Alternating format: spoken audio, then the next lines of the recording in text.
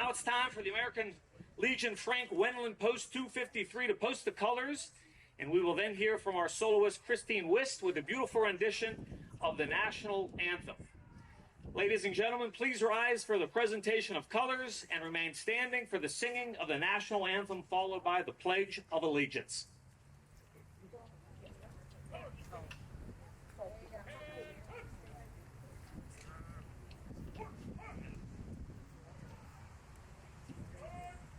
Okay.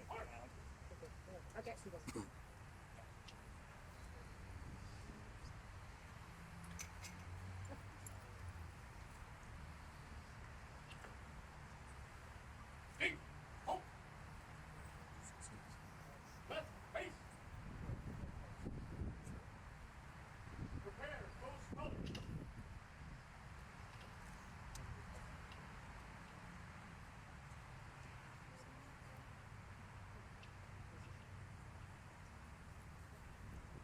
Post colors!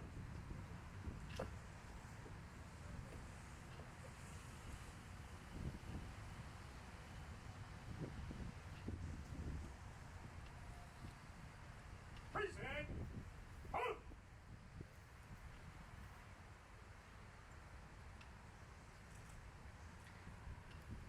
Christine Wist is going to give us our national anthem.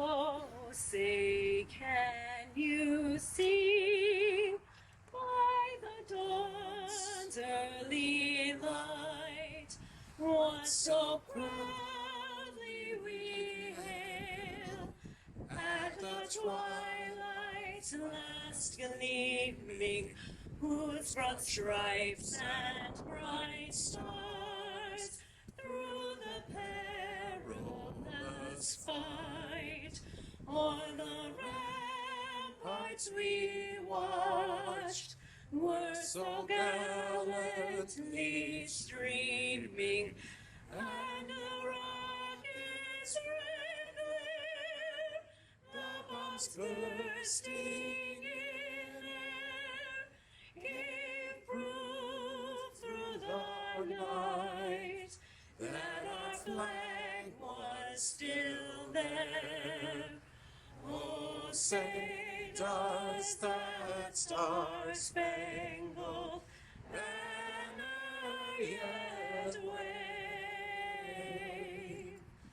o'er the land of the free and the home of the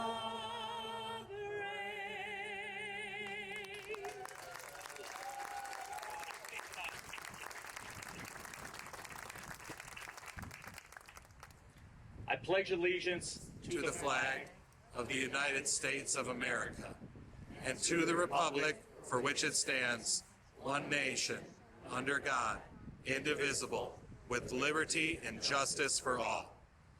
It is my privilege to bring to the podium the Most Reverend Walter Hurley, Bishop Emeritus of Grand Rapids, for the invocation. Detail 2. Detail. Also just wants like reaction shots from people and some close-ups of the dais and everything. O good and great loving God, we come today with humble and grateful hearts to celebrate and remember the Michigan men and women who served with sacrifice and dedication during World War II. We come to dedicate this Michigan World War II Legacy Memorial to the memory of those who served in the military and of those who served on the home front to protect our freedoms. Today we pray that this place may be a place of inspiration for future generations, reminding all of the patriotism, the self-sacrifice, and the devotion to freedom that are at the root of peace in a deeply troubled world. Today we come again and remember and commend to your love and mercy, O loving God, the 620,000 Michigan residents who served in the armed forces, over 15,000 of whom never came home and lie in the military cemeteries in Europe, or whose names are listed on the tablets of the missing. We celebrate and remember those who fought valiantly to protect our rights and establish peace. And we commend to your love and mercy those who labored at home and front in manufacturing and related industries to support the men and women of war. Bless those here today and those who will come to visit this sacred space. Help them to be inspired by those who have gone before them, whose memory we honor in this place of rest and peace. We are grateful, O God, to those who have brought us to this day and placed with their labor with this day and place with their labors and financial support. May we continue to build on what they have begun, to help others always to remember and to be inspired by the sacrifices of others. Send us your peace, O God, in our day, and above all, help us to remember to love one another as you have loved us. And in your name we pray. Amen. Please take your seats.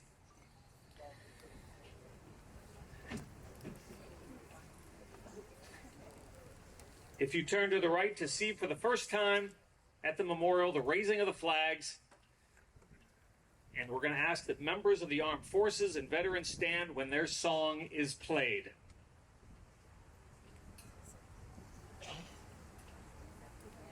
We're going to start off with the Coast Guard. Any Coasties here?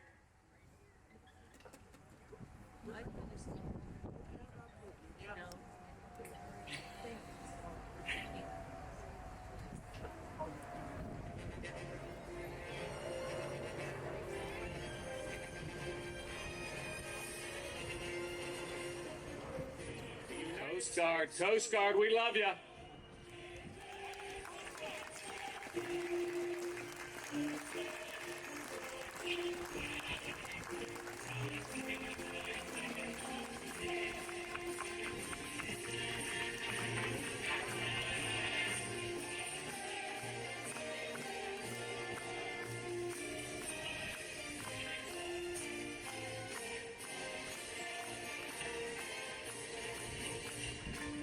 United States Space Force.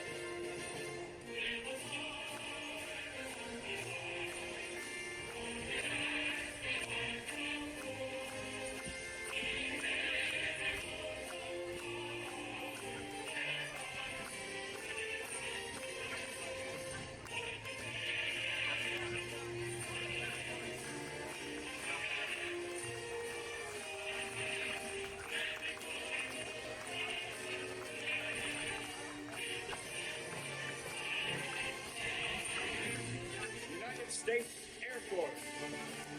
Go Air Force!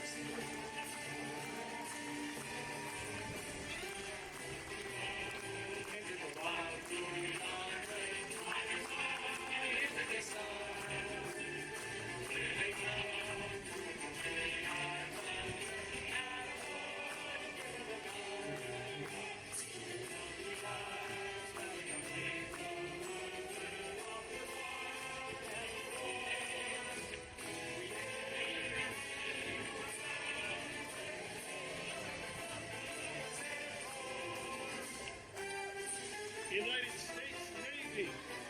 Go Navy!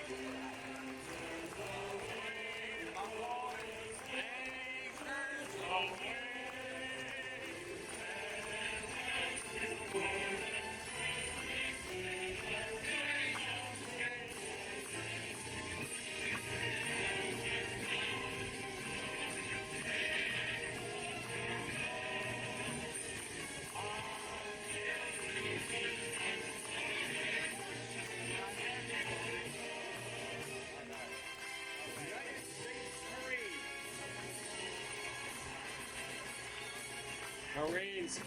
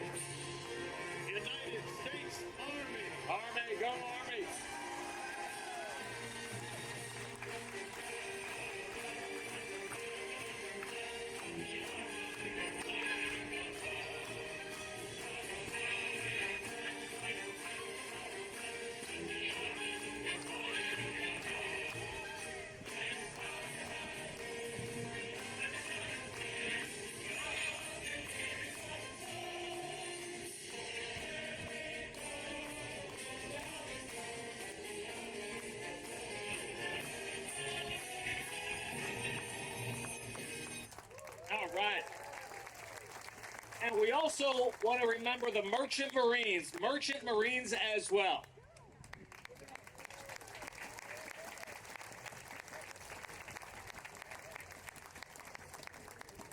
One more time, I'm going to ask you to stand. We want to ask that all of our veterans here today stand one last time to be recognized.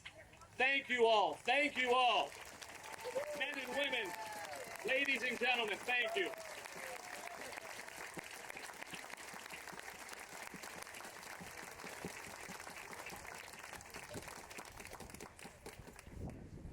Now I ask for a moment of silence for those who have made the ultimate sacrifice. Let us always remember them and the incredible sacrifice they made for each and every one of us.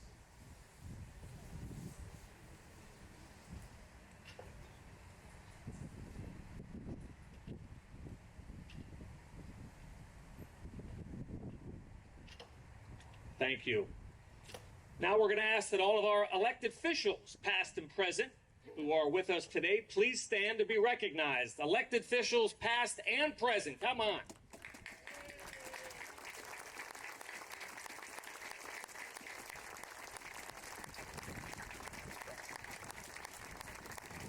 Thank you all for being here today to support this statewide memorial.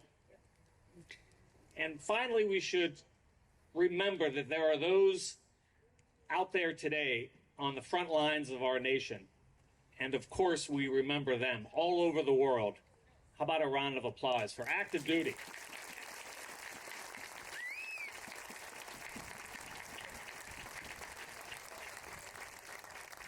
It is now my pleasure to introduce to you our first speaker, John Mayton, president of the Michigan World War II Legacy Memorial. John, come on.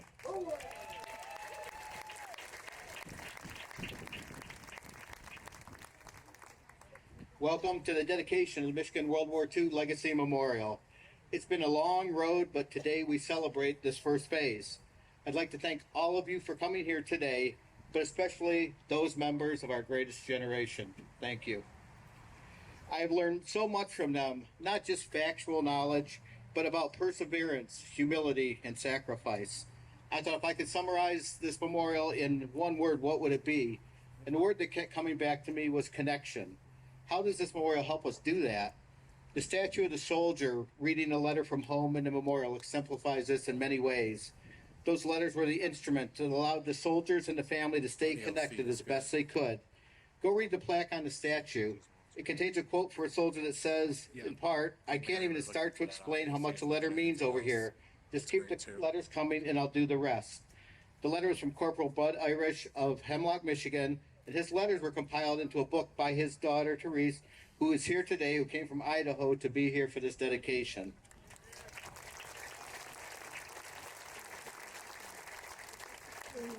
Another connection to the statue, the sculptor, Larry Halbert, used his father as the model for that statue. So Larry, in honor of his father, designed that statue for him. So another connection across the generations that Larry had helped us make. And eventually, we hope that there's a sister statue to that that'll be about in this location here when we raise the funds. And it will be the parents of that soldier. And the reason we put it over here is to represent the distance between the home front and the war front, but that continuous connection that they had by way of their letters. Another connection it makes across the generations. As we laid down these paper bricks, we read the stories of the greatest generation. As we watch people find the brick of loved ones, we see the emotions swell and the memories come to life. You don't even have to even know the person in these bricks to feel a connection to them. We've watched wives, children, grandchildren come reflect and remember. While the bricks are red and gray in physical color, they represent a colorful and vibrant mosaic. I've learned more about World War II by reading those bricks than I could ever learn in school. While this memorial is in Royal Oak, it is for the state of Michigan. We're well known for being the arsenal of democracy, but the entire state contributed in so many ways. The milk reprocessing plant in Petoskey producing the Fill for Life preservers, the Kellogg plant making rations, Willow Run turning out a bomber every hour. The list goes on, but the history is a legacy that connects everyone from Michigan. We've had the honor of not only connecting with members of the generation, but also with so many great people and companies that share our passion and help bring this together. We've had a great partnership with UAW Ford, which recognizes the impact of World War II on labor. We had hundreds of individual contributions on the Michigan Voluntary Contribution Tax Form, thanks to Steve Beta and Marty Nolenberg getting us on that. We received a grant from the Michigan Economic Development Corporation, thanks to Senator Mallory McMorrow and Representative Jim Ellison. We had 3 companies come together, Acker Grinding, Allen Machine, and Richcoat, to make a significant donation. Some donors wish to remain anonymous, but we want to thank them for their contributions as well. So here alone, we have private donors, companies, unions, and government entities connecting together to help us tell the stories of Michigan. We've also had Dignity Memorial, Hollywood Markets, Jack and Annette Aronson, Tom Luchik make generous contributions. Much of the landscaping you see around here was a result of a grant from Home Depot, and the labor to put that in was provided by Home Depot associates and many other volunteers. I'd love to go on, and I also want to thank everybody who's purchased a brick, but we have to go on with the dedication. Another way that we raise funds for phase 1 is by sponsorship of different elements. So the military flags, we currently have 5 of them sponsored. The Air Force flag, sponsored by WWII, who lives in California but grew up in Michigan and always wants to do great things for Michigan. The Army flag by the Michigan Sons of the Revolution. The Marine Corps flag, sponsored by the Daughters of the American Revolution of Michigan. The Navy flag, sponsored by the Senior Men's Club Foundation. And the Space Force flag, sponsored by myself and my wife, Judy. Another part of the memorial design are boulders.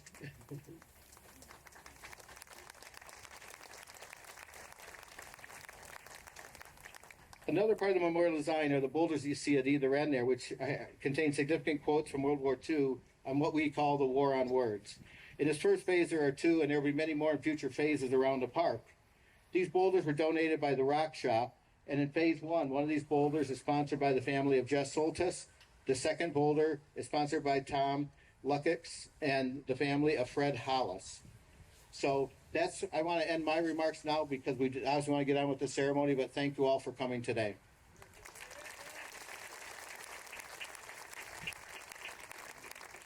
John, thank you.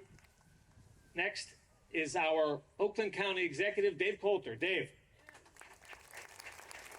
Hey there. Well, good afternoon, everyone. Good afternoon, everyone. Good afternoon. Yes, thank you. I want to welcome you to Oakland County and the great city of Royal Oak. But as John said, this isn't an Oakland County memorial. This isn't a Southeast Michigan memorial. This is a memorial for all of the state of Michigan, which is, after all, the arsenal of democracy. And we need to remember that, because what does that mean? That means that when times get tough and the challenges are great, people from Michigan rise up and do what it takes to get the job done. That's what it means to be the arsenal of democracy, and that's who we are. And the sacrifices that were made by our veterans to win the great war were immeasurable. And we can't thank them enough. But we're not here to thank them so much as we're here to remember them, because we are at a unique moment in history. This memorial really can't come soon enough. When we were here about a year and a half ago, there were about 5,900 World War II veterans in the state of Michigan still with us. We know a year and a half later that number is less, and every day we lose another of our World War II veterans.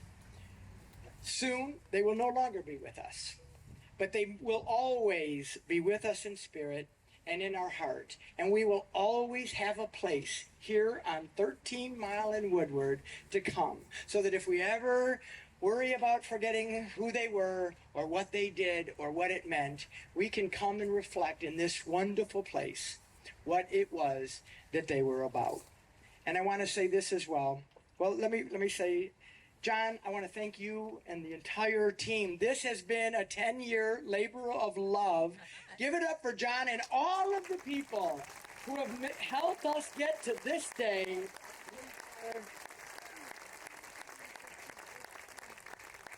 And I would be remiss if I didn't say that they're still accepting donations for phase 2, so don't forget about that. But I'm going to close by simply saying this.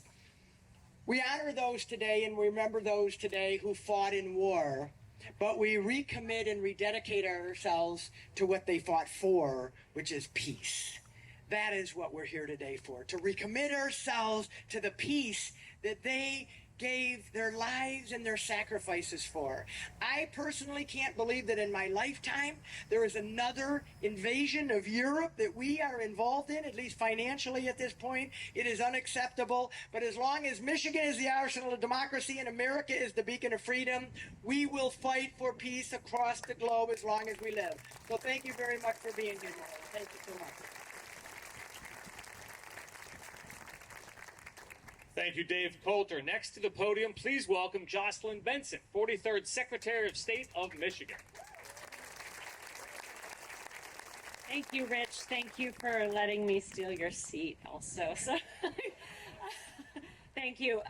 So I'm really proud to be here today because I've seen this memorial grow. I've overheard conversations about the work that went into today and will go into the future because my husband, Sergeant Ryan Friedrich, serves on the board. So thank you, Ryan, for your work and all the work that goes on behind the scenes from the board and the supporters to bring today into reality. So I stand before you today, certainly on behalf of the state of Michigan, thanking everyone for bringing this to fruition. But I'm also here as an Army spouse and as a mom, and as someone who has visceral memories of what it was like the day Ryan left to serve and left Michigan and become an active duty member of the infantry. And that day, one of the most visceral memories to me was not just seeing the moms and the wives and the spouses and the kids say goodbye to their dads and their parents and their spouses and partners as they left for unknown circumstances, never knowing in many cases if they'd see them again, which was very real. But I saw that sacrifice firsthand, and then I drove home that morning back to my home, and I remember driving along and thinking about all the people who were driving on that road alongside me who hadn't witnessed the goodbyes that I just witnessed and the unknowns that so many loved ones were heading into on behalf of serving the state of Michigan and our country. And I thought, all these folks aren't thinking about these sacrifices, these very real sacrifices that our families are making in this moment, on this morning, on behalf of everyone here in our democracy. And what can remind them of that sacrifice on those busy mornings where we're rushing about? Well, memorials like this. And I'm so proud that now so many families will be driving down the road and driving down Woodward and see this memorial as they go as a reminder of that sacrifice, the sacrifice borne by families generations before us.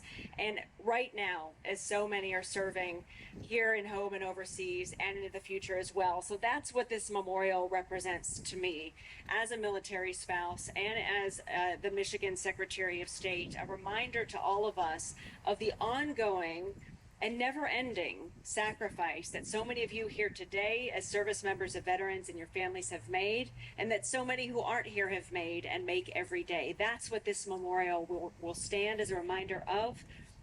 And finally, as a mom who drives my kid to school alongside this very road, now we get to tell him, our son, the story of what these flags represent, what this memorial represents, what this sacrifice is represented there that we all must make on behalf of the democracy and the country and the freedoms we hold dear. So thank you to all of you who have served. Thank you to all of whom who have sacrificed, even just to bring today to a reality. And I echo the ask as well to say those of you who join with us in recognizing the importance of this memorial on this crucial stretch of drive in our state, to help us invest and grow it even more so that we can collectively ensure that the stories and sacrifices that have brought us here today and made Michigan the arsenal of democracy will continue to be told in very real ways to everyone who drives along Woodward and throughout the state of Michigan. So thank you. And on behalf of the state of Michigan, I'm proud to say we'll continue supporting this memorial, and grateful to Senator McMorrow and Representative Representative Ellison and all who worked to ensure funding came through for this great representation of all who served. Thank you. Jocelyn, thank you. Thank you. Now please welcome to the podium United States Congresswoman representing Michigan's 6th Congressional District, Debbie Dingle. Debbie.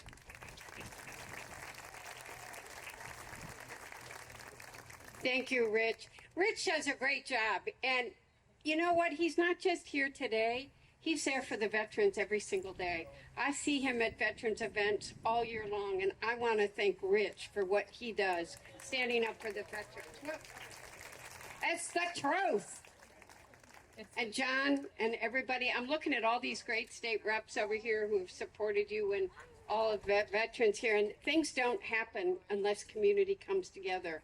And I really want to thank you, the whole board, everybody out there, and the state legislators who are incredible in knowing that we needed to do this. So thank you. Thank you for that. And I'm glad to be here with my other fellow electeds. I had lunch with Dave last Friday and said, you know, they asked me to speak, but I feel sort of funny because it's Oakland County. And I do represent a part of Oakland County now. But I didn't, and everybody said to me, this isn't Oakland County. It's Michigan. It's the World War II Memorial for Michigan. And I said, as most of you, many of you know, I was married to a World War II veteran. There was an age difference. But I'm no longer, I'm not old, but I'm a little seasoned too. And I'm going to start to cry because being here today is touching me more than you'll ever know. If you ever to ask him what title mattered to him the most, he didn't care that he was a congressman. He didn't care that he was a husband. He was a great husband. The title he was the proudest of was veteran. And like so many World War II veterans, John had an amazing history, by the way. He was on the floor, he was a page, when President Roosevelt stood on the floor of the House and called this the Day of Infamy. And by the way, John Boehner, Republic, this is not a partisan day. This is a day we all remember that we are Americans. And we need to remember we're Americans a lot more. Amen. I'm going to say that. That flag is something we're all proud of and stands for. And we need to remind every generation of what that flag stands for. And the World War II vets can remind us better than anybody. It's true. It's true. But we only have a recording of what Franklin Delano Roosevelt, John Boehner told me this because John Dingell did what he wasn't supposed to do. He taped it. And they told him to turn off the tape, and we have that tape because of John Dingell. Then when he turned 18, he enlisted. You know, he never, like most of the World War II veterans who are still with us and have been, many of our families have benefited, they didn't talk a lot about the war. They knew what they were fighting for. They have their memories, and they didn't talk about it. But I was lucky enough to go to Normandy for the 50th anniversary of D-Day. And I walked that beach with a veteran from Michigan who was part of a National Guard troop. And he said, Mrs. Dingell, would you walk this beach with me? I'm like, what? I'm not going to walk this beach? Of course I am with him. And he was part of the troop that was in the first wave, that was set in to make that beach safe for other military to land. Unless you've been there, you don't understand. The Germans were right there at a cliff, and they had put mines and put all kinds of wire in there to make it not safe. Michiganders were in that first wave and kept it safe for the rest that were coming in, and some gave their life. And you can't not talk about the Rosies. The Rosies are my girls. I love them. They opened the door wider for all of us. They were the backbone of the arsenal of democracy. It Willow Run, but around the country, and I'm so proud of them. You know, we know we're not supposed to talk about women's age, but I've been to the birthday party of all of them, and all of them are 100 or older. I won't tell you how old they are. They're incredible, and they've got more energy and more spirit. We've had 2 honor flights. We celebrate the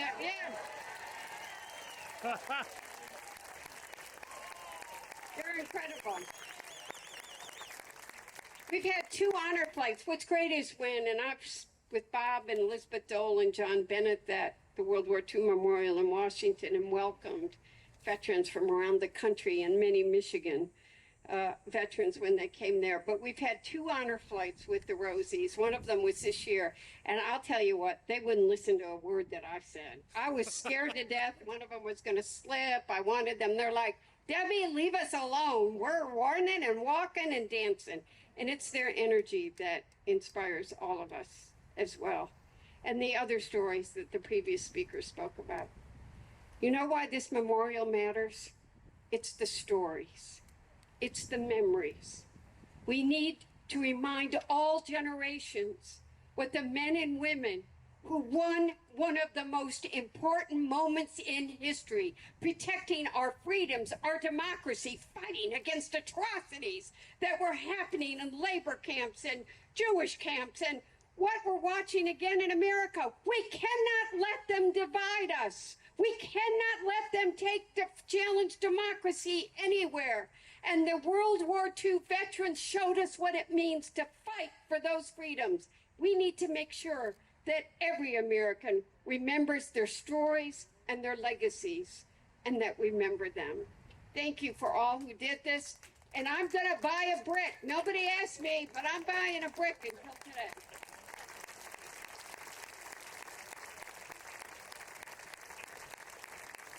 Debbie, thank you. Thank you for those words. We welcome to the podium Adam Hollier, Director, Michigan Veterans Affairs Agency, to the podium. Clearly, I drew the short straw coming after that. But from a practical standpoint, it's my job all day, every day to think about veterans. And when we think about this memorial, I like to think about it in 3 ways, right? We are recognizing the people and remembering their stories and talking about them. Then we are talking about what they did this for. Why did they leave? When you talk to somebody who enlists and raised their right hand and said, hey, send me over them, they do it for all kinds of reasons. And we should be thinking about those. We should be telling those stories. And then the last piece is, what is our responsibility to those individuals who have served? And so today, I hope you'll go on a little bit of a journey with me. My father's elementary school teacher was a World War II vet. He was a Tuskegee Airman, and his name was Lieutenant Colonel Alexander Jefferson.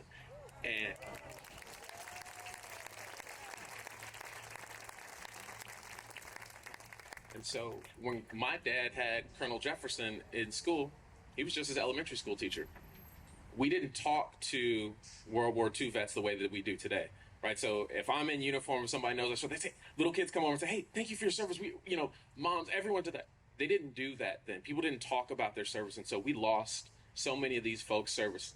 And I remember being able to watch on TV as President Obama was recognizing all these Tuskegee Airmen for their service, because their mission was not just victory abroad. It was the double victory campaign, for folks who were aware. It was this idea that we were fighting for victory abroad and at home, for all the discrimination, all these different issues that we were going through. And it wasn't just black or white. It wasn't just men, women. The folks who came back from World War II had a greater understanding about what equity looked like, what our democracy could be, and a commitment to making that a reality. And so as you think about those people who have served, think about the world that they built, because I'm grateful that I get an opportunity to live in it. Because they saw a world and said, no, my country can be better than that. It's going to be better than that, and I'm going to do it. You talk about the motivations that they had coming back and building these lives. They didn't talk about their service. They just came back and worked. They quietly went back to communities and built houses, built a middle class. They did all of these things that we talk about. They made things happen around healthcare, around housing, around everything that we take for granted, the things that are our staples in our community. You can look back and say, oh, you know what? A World War II vet probably did that. And you would be right. And so you say to yourself, what is our obligation to their memory? The first is that we remember, and that's why we're here, to recognize this, to honor that legacy, but to tell their stories. And to remember that for all those that we still have, we have an obligation to do. My very first thing I did when I got this job was I went down to the Dingle VA. And, right, the Dingle VA. And we recognized a 104-year-old World War II vet. And he got out of the Army, or out of the Navy, I should say, when he was 22. He applied for veterans benefits when he was 98. So imagine, for example, that you did your taxes and you got your tax return 76 years later. How upset would you be? He wasn't. He was grateful for the time he served. He didn't ask for anything, but I had to remind him that we made him a promise that we would take care of him. And we have not done a good job as a state, as a nation, of taking care and honoring that promise. And so, as a nation, folks like the Congresswoman passed the PACT Act 2 years ago. And the reason it's so important that let's clap it up for the PACT Act.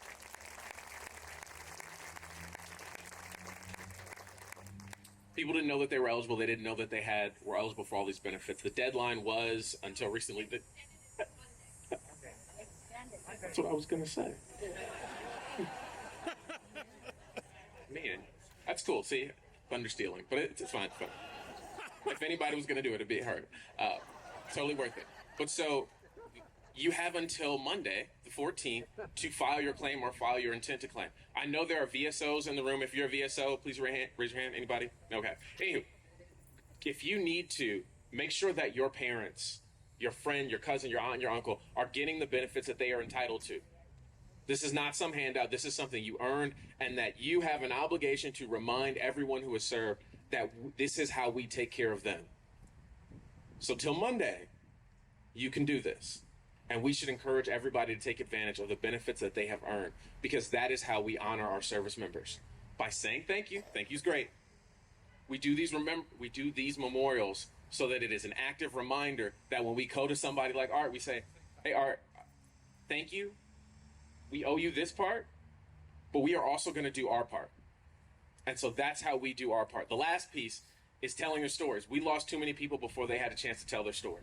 While you still have these folks in front of you, make sure that they tell a story. NVA has launched our I Am a Veteran, I Serve campaign to capture those stories. And so if we missed somebody who served, you can still tell their stories. But the way that we honor a legacy is by telling these stories and making them real. Because there are too many people who did amazing things who never told you, right?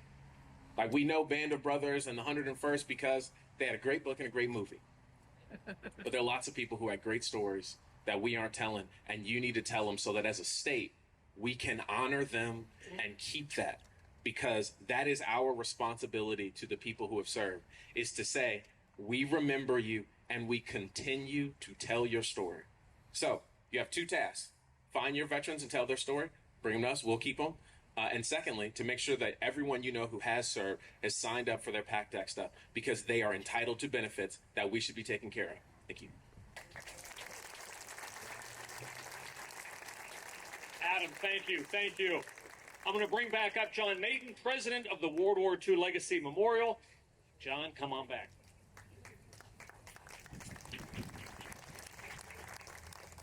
Okay, before we do the official dedication, I'd first like to introduce the board and ask them to come up here and stand with me, as well as some of our other significant contributors on the team here. So we have on the board Chris Gravelin, Kim Jones, Mike Mastantono, Ryan Friedrichs, Debbie Hollis, Russell Levine, and my wife Judy Mayton. We also have our architect, Michael Gordon of MGA Architects, and our contractor, Michael Hall of RCI Contracting Services.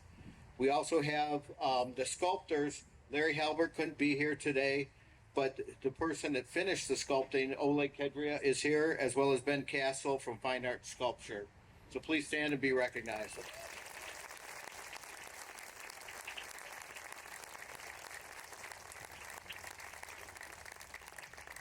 Okay, I'd like the ask the board to stay standing, board and Michael, to remain standing as we do the dedication of this first phase. Art, would you please join me? So Art, on behalf of the board of the Michigan World War II Memorial and all of our supporters, we dedicate this phase 1 of the Michigan World War II Memorial to the veterans of World War II. Thank you. Thank you.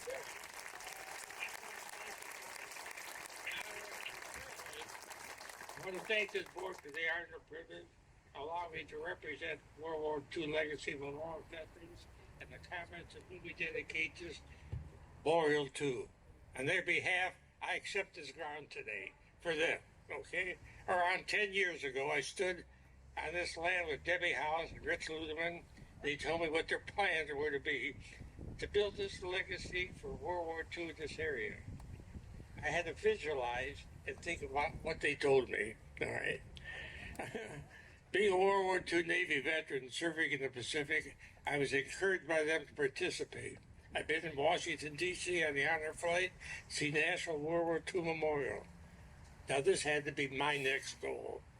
But would I live long enough to see that? Yes. I've seen it happen, and as you walk on these bricks, you're walking with the greatest generation. Thank you. Amen.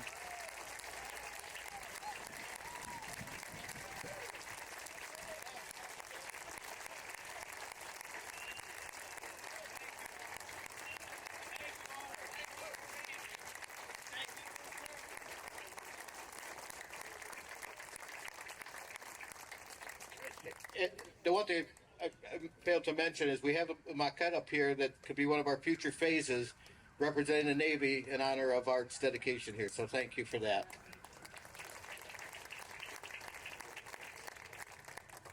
Okay, and now we asked our Debbie Hollis, who has been on the board for how many years? Many years, and loves the veterans as all of us do. But Debbie, demonstrates it every single day to us. So I asked Debbie to dedicate it on the behalf of the home front. Thank you, John. I'm going to introduce Francis Masters. Francis, you want to come up here and join me? 101 years young. I think you heard that earlier.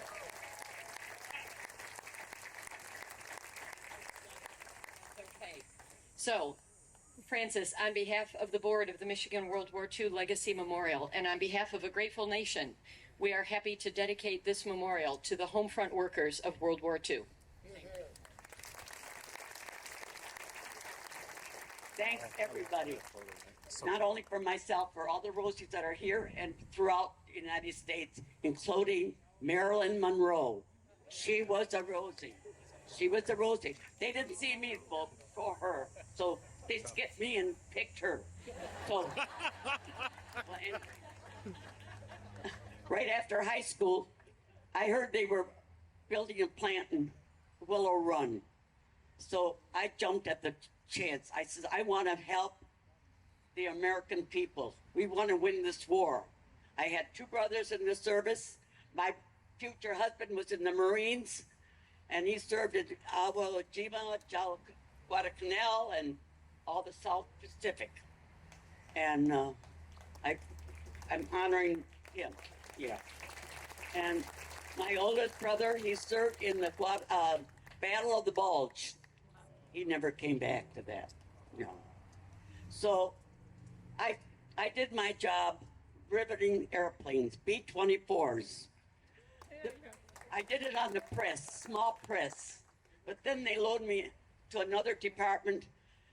It was metal around the motor. And I had to use those great big motors, air guns they call them.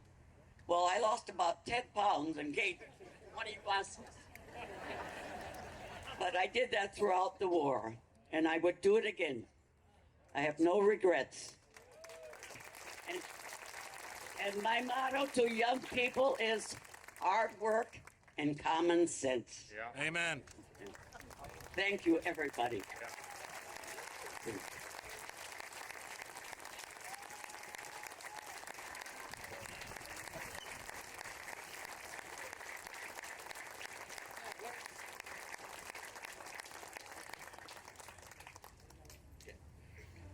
And likewise, we have the Rosie the Riveter statue up here, the maquette, which again could be additional statue for one of the future phases next to the one of the hidden areas over there by the Joe statue. So this is a representative of what that statue would look like. So again, thank you.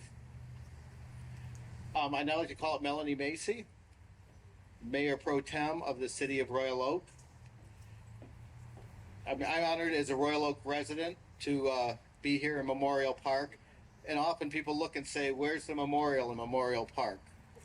And if people don't really know some of the history, these oak trees that are planted in this oval around here were really the original memorial in Memorial Park. They were planted in the late 40s as a gift from England in honor of those that served from Royal Oak in the area in the war. But there's never really been a memorial in Memorial Park other than that. Today, we're fixing that. So,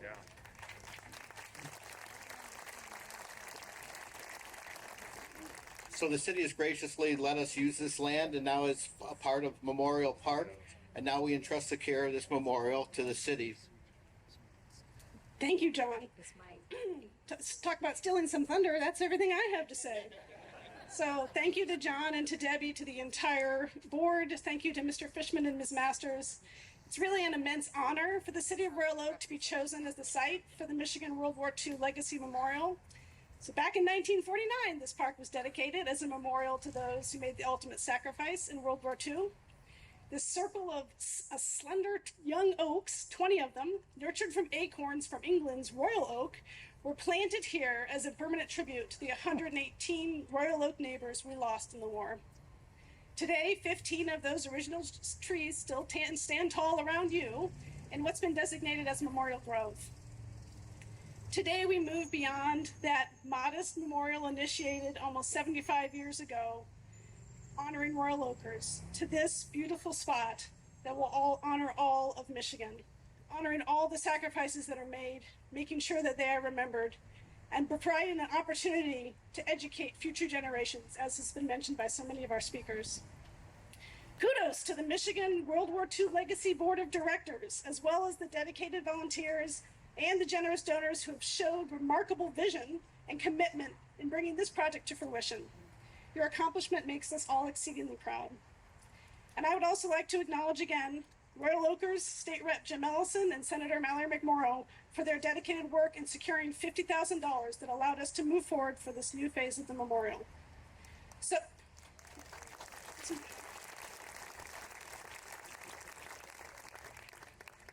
it's with profound pride today that I represent the residents of Royal Oak and accept the honor of stewarding this memorial. We look forward to welcoming you, your families, and all of Michiganders here to honor our sacrifices made in the past. We do not take this responsibility lightly. We pledge to maintain it with unwavering respect for you and for the future. Thank you. Thank you, Melanie. Thank you. All right, how about Jim Rose? Come on, Jim. Jim Rose, our soloist. Now we're going to sing God Bless America and America the Beautiful? No. We're doing God Bless America. That's right. Now, Ty Perkins, is he coming up as well? Ty is going to come up. I'll take it. I give it to you. Thank you, Thank sir. you, my Thank friend. you, sir. Take it from here. Good afternoon, ladies and gentlemen. I'm going to sing God Bless America for you first through, and then my friend, World War II veteran, 96-year-old Ty Perkins will join me, and we'll sing it all together, standing as a group. The second time through. As the storm clouds gather far across the sea, let us all be faithful to a land that's free. Let us all be grateful for a land so fair as we raise our voices in this solemn prayer. God bless America, land that I love. Stand beside her and guide her through the night with the light from above. From the mountains to the prairies to the oceans white with foam. God bless America, my home, sweet home. God bless America, land that I love. Stand beside her and guide her through the night with the light from above. From the mountains to the prairies to the oceans white with foam. God bless America, my home, sweet home. God bless America, my home, sweet home.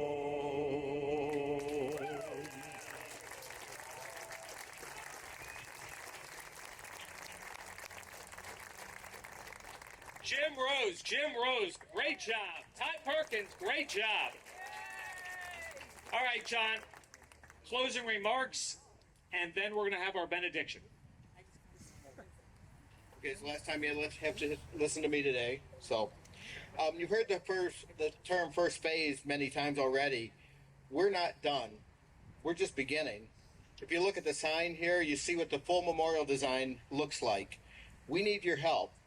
We need companies such to recognize their legacy and help us continue our story. Here we are. Is it ironic that we are next to a Jeep dealer for the Michigan World War II Memorial?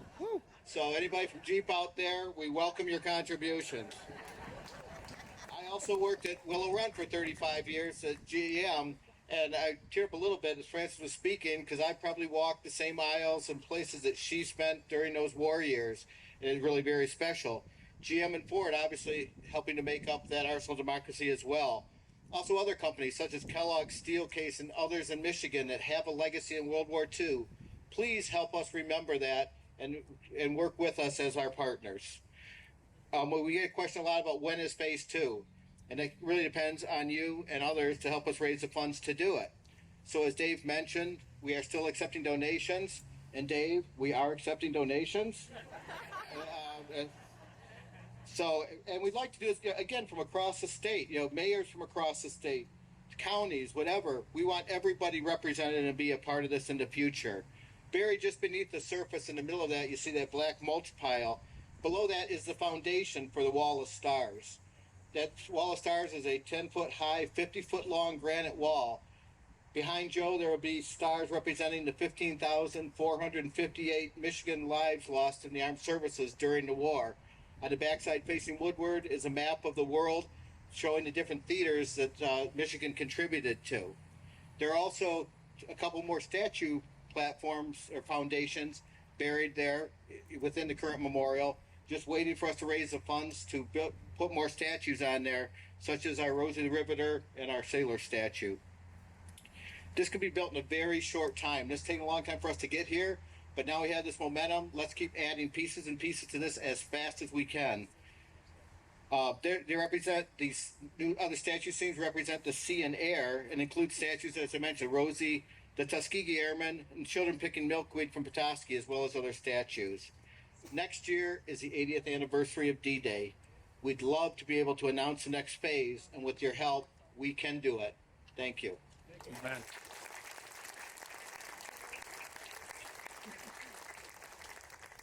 So I found out a very awesome coincidence. We overlooked a veteran. We did not know he was here.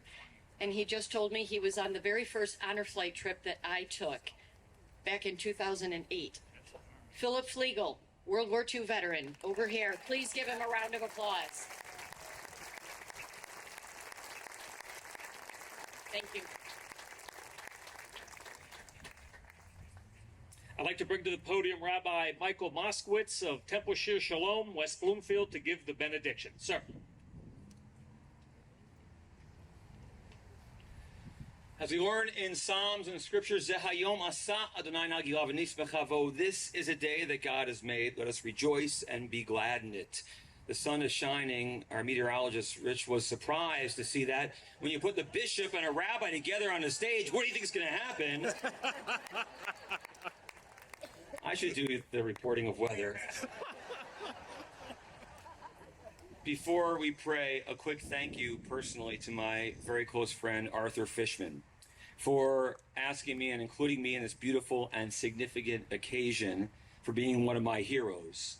Always reminding us of our priorities and our values, the perspective we need to maintain in finding positivity in our lives, in our world. 10 years ago, he came to me and said, I'm too busy. They want me to do this thing in Royal Oak, a Michigan honor for the legacy of World War II and remembering all. He's like, I have so much in my hands, but I got to do it.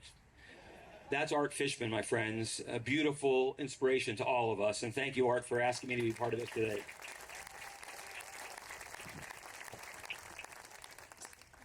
Our God and God of all of our ancestors, may you, the eternal source of compassion and peace, bless this sacred moment of remembrance. With hearts full of gratitude, we honor the brave men and women who answered a call of duty from Michigan, from all over this sacred land, sacrificing their lives for the cause of freedom. Their courage and selflessness shall forever be etched in our collective memory.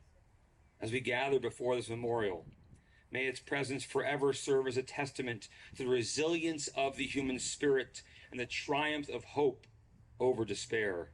May it be a solemn reminder of the price of peace and that we must strive tirelessly to ensure that such conflicts are never repeated. In the face of darkness and destruction, we find solace in the enduring light of unity and of compassion. May this memorial be a beacon of hope, guiding future generations toward a world where conflicts are resolved through dialogue and understanding, where the bonds of love and respect transcend the barriers that divide us. May the words shared this afternoon, this entire dedication, inspire us to embrace the values of justice, equality, and freedom, and to work tirelessly towards a world where every life is cherished and every person is afforded the dignity they deserve. And let us say, as the psalmist taught, Hine ma tovu manayim shevet achim gam yachad. Behold how good and beautiful it is that brothers and sisters can gather together in peace. And let us say, Amen. Amen.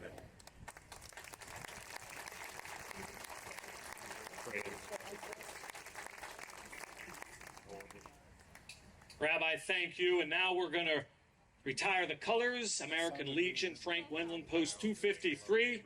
That is your job.